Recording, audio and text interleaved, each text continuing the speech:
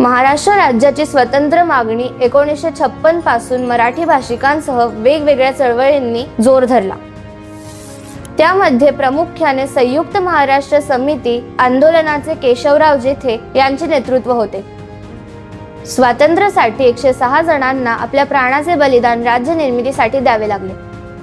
राज्याच्या निर्मितीसाठी संयुक्त महाराष्ट्र समितीसोबत असलेल्या मुंबई, कोकण, विदर्भ, मराठवाडा, खानदेश यांना स्वतंत्र राज्य मिळाले। परंतु आज महाराष्ट्राबाहेर असलेल्या आणि आंदोलनात सक्रिय असलेल्या डांग, बेळगाव, निपाणी, कारवार, बिदर यांचा मात्र समावेश आजपर्यंत झालेला नाही।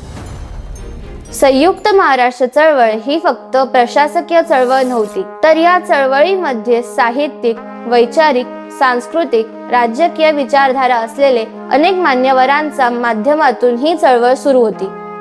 6 फेब्रुवारी 1956 रोजी संयुक्त महाराष्ट्र समितीचे पहिले अध्यक्ष म्हणून कॉम्रेड श्रीपाद अमृत डांगे यांच्या अध्यक्षतेखाली पुण्यातील टिळक स्मारक मंदिरात झालेल्या बैठकीचे नेतृत्व केशवराव जेथे यांनी केले होते आणि तेव्हापासून या आंदोलनाची एक मोठी जबाबदारी त्यांच्यावर होती।